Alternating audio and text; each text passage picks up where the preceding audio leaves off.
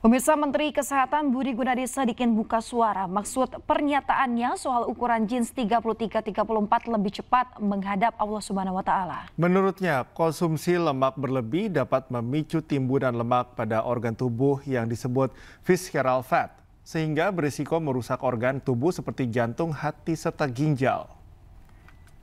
Pak Charles Honoris, Wakil Ketua Komisi 2. Pernyataan Menteri Kesehatan Budi Gunadi Sadikin soal pria dengan ukuran celana jeans di atas 32 atau 33 hingga 34 lebih cepat menghadap Allah Subhanahu wa Ta'ala menuai kontroversi. Publik berasumsi jika pria dengan masalah obesitas dipastikan memiliki umur pendek. Menkes pun menjelaskan maksud pernyataannya. Jika konsumsi lemak berlebih dapat memicu timbunan lemak pada organ tubuh seperti jantung, hati, dan ginjal yang disebut visceral fat. Keberadaan visceral fat dapat mengeluarkan proinflamasi sitokin berupa interleukin 6 yang dapat merusak organ tubuh. Dengan begitu, tubuh akan mudah terserang penyakit yang beresiko mendekatkan diri dengan kematian.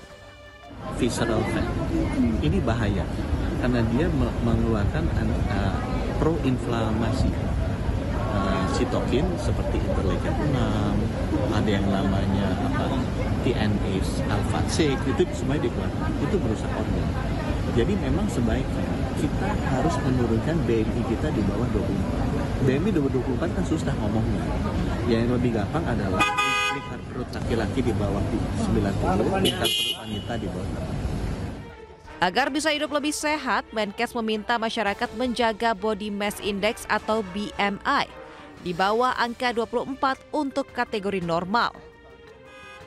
Untuk ukuran lingkar perut bagi laki-laki harus di bawah 90 cm dan di bawah 80 cm untuk perempuan.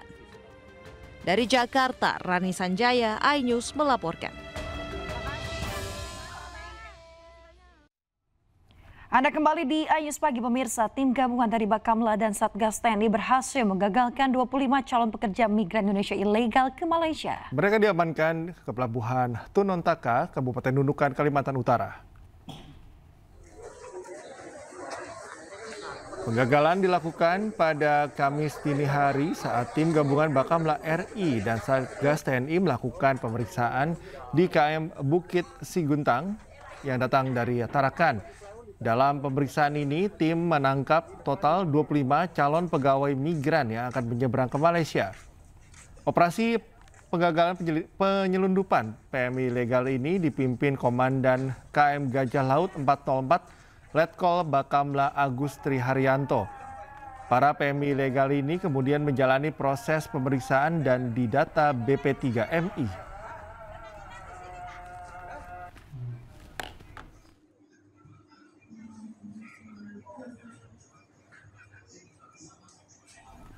Pemirsa, seekor babi hutan menghebohkan warga lantaran nyelonong masuk ke salah satu rumah milik warga di Sukabumi, Jawa Barat. Ya, babi hutan berukuran besar tersebut akhirnya nyemplung hingga terjebak di bak mandi.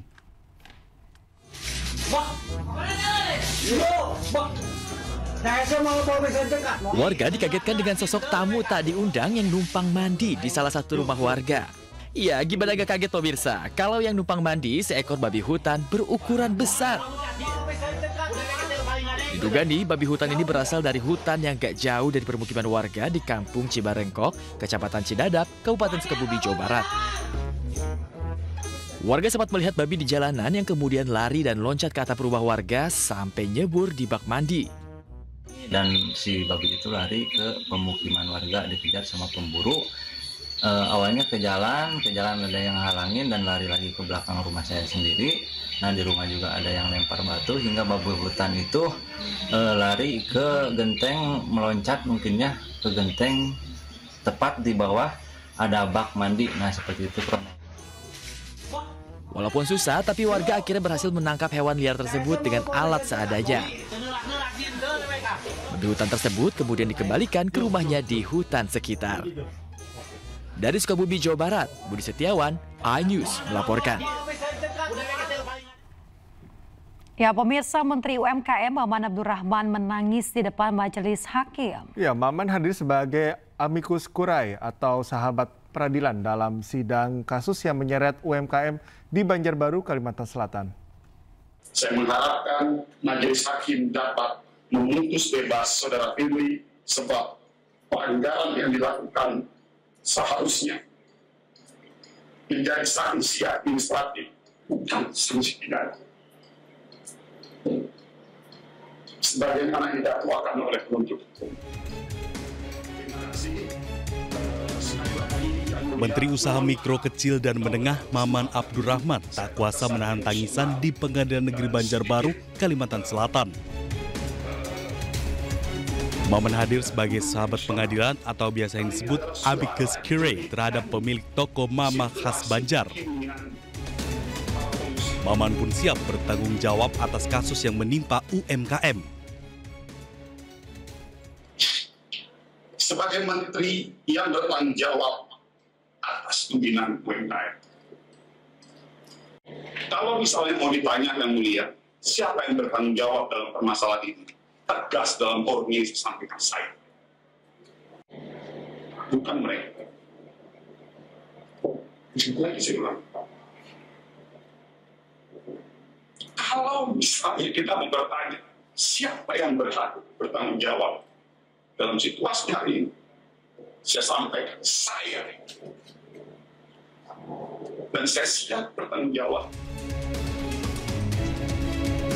Ia juga menambahkan penjatuhan sanksi pidana kepada pengusaha UMKM seperti terdakwa Firly dipandang tidak sejalan dengan arah politik nasional.